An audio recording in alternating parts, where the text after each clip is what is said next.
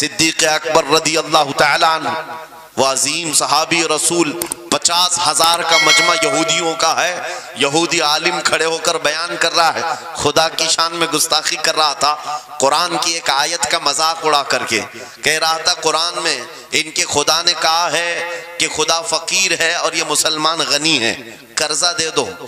اللہ نے قرض حسن کی جو بات فرمائی قرآن میں، من ذا الذی یقرض اللہ قرضا حسنا، کون ہے جو اللہ کو قرض حسن دے گا؟ قرض حسن کا مطلب مال نہیں، تم نیکیاں اللہ کو قرض میں دو، بدلے میں مولا جنت عطا کرے گا۔ مگر اس آیت کا مذاق اڑا رہا تھا یہودی اور کہہ رہا تھا کہ ان کا خدا غریب ہے اور یہ مسلمان امیر ہیں، غنی ہیں۔ صدیق اکبر تنہا ہیں، برداشت نہیں ہو سکا، چڑھ گئے اسٹیج پر اور پکڑا اس کا جامہ اور 2 تھپڑ رسید کر دی۔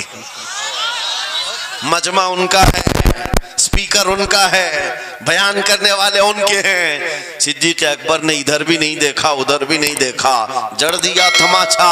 یہی کہتے ہیں عجب چیز ہے لذت آشنائی، دو عالم سے کرتی ہے بیگانہ دل کو، عجب چیز ہے لذت آشنائی۔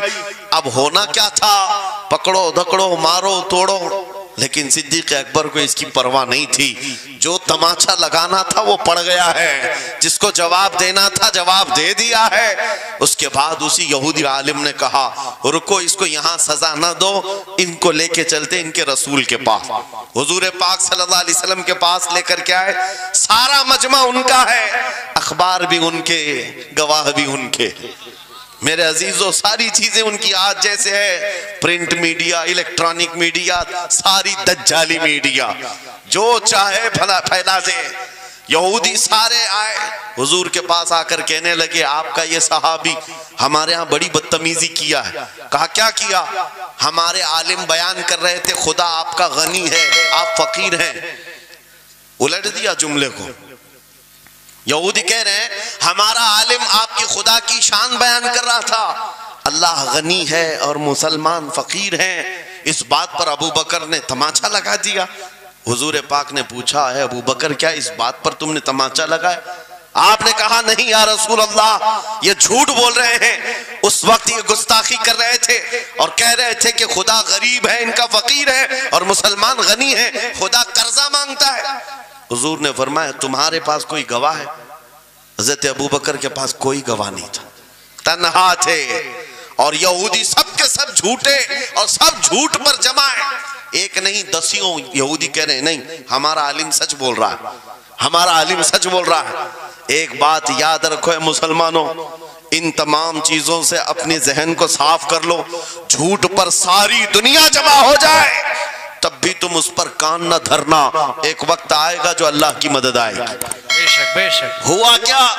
حضرت ابوبکر صدیق تنہا ہیں، آپ نے سر جھکا لیا، کہا یا رسول اللہ میری اس بات کا تو کوئی گواہ نہیں وہاں پر، لیکن یہ جھوٹ بول رہا تھا، یہ جھوٹ بول رہا ہے ابھی۔ اب صدیق اکبر کی تنہا وہاں موجودگی، کیا رسول پاک صلی اللہ علیہ وسلم ان پر غضبناک ہو جاتے؟ نہیں، روایات بتاتی ہیں وحی کے اترنے کے آثار نظر آنے لگے۔ جبرائیل امین آیت لے کر کے آئے، لقد سمع اللہ قول الذین قالوا ان اللہ فقیر ونحن اغنیاء۔